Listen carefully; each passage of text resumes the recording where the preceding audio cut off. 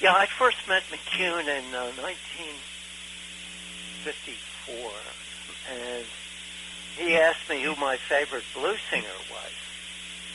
And I had introduced myself to a blues singer named Sam Collins, who recorded for Jeanette and Champion. And McKune said, no, he's good, but the greatest is Patton. Charlie Patton. That was the first I heard of Charlie Patton. Never heard anything by him. At that time, I was mostly collecting New Orleans to Chicago jazz. My familiarity with blues singers, the only one I really liked was Sam Collins, and I had never heard any of the other ones like Son House or Skip James. McKune was interested in getting converts to the great Paramount blues singers, the ones that recorded for Paramount. Number one on the list was Charlie Patton. So McKune asked me if I'd be interested in hearing some Patton records, and I said, yeah. He was, at that time, was living at the YMCA in Brooklyn. He kept all his records under his bed in boxes. And he had a portable, primitive turntable, and I heard Patton, and I really liked him, of course.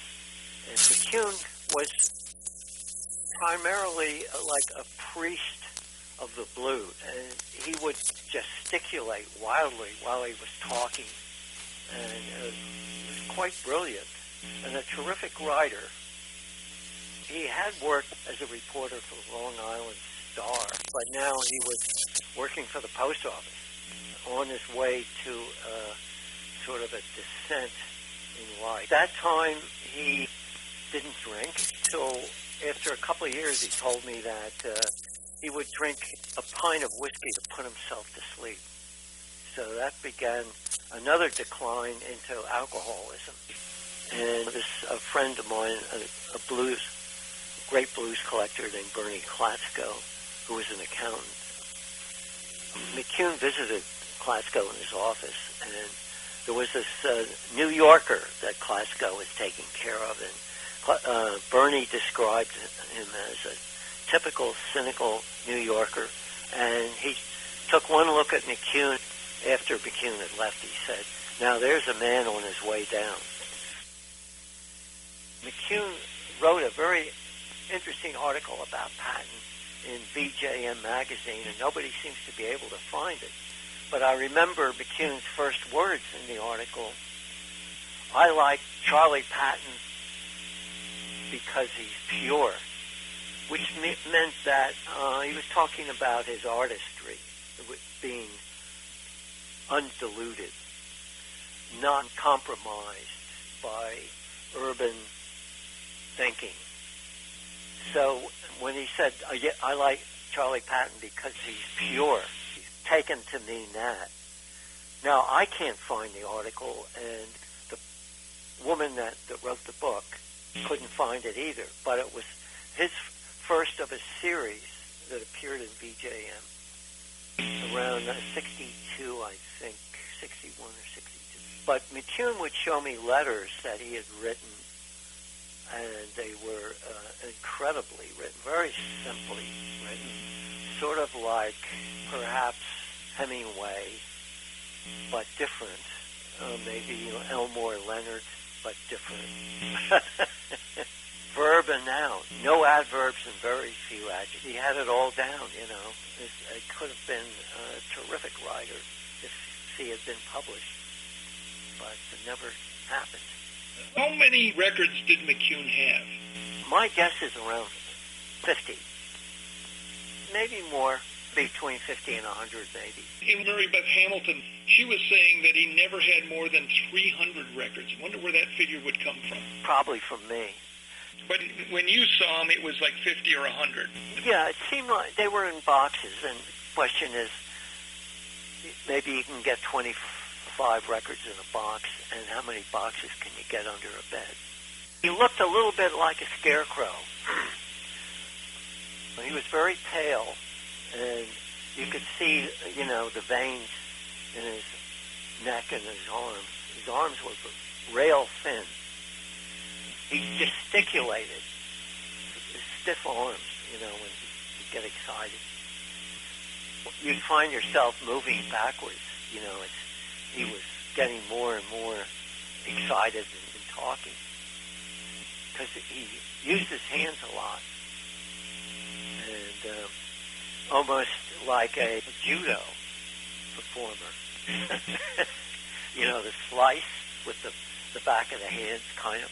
He was around 50 at the time, when I was in my early 20s, maybe 50-something. His clothes were really super nondescript. He always wore a white shirt, a long sleeve shirt with the sleeves rolled up past the elbows. And the pants he wore were usually that sort of a blackish color with a slight shine, which was sort of the kind of clothes that were worn by, you call them working people in the lower middle class in New York. It was a special, and they always had black shoes. It was the epitome of the nondescript dress.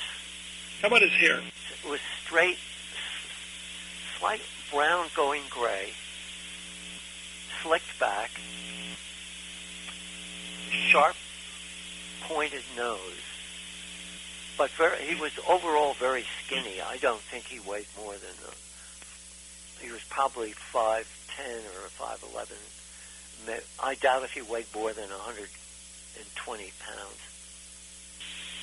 There was an early photo of him in the 78 Quarterly in issue number 3.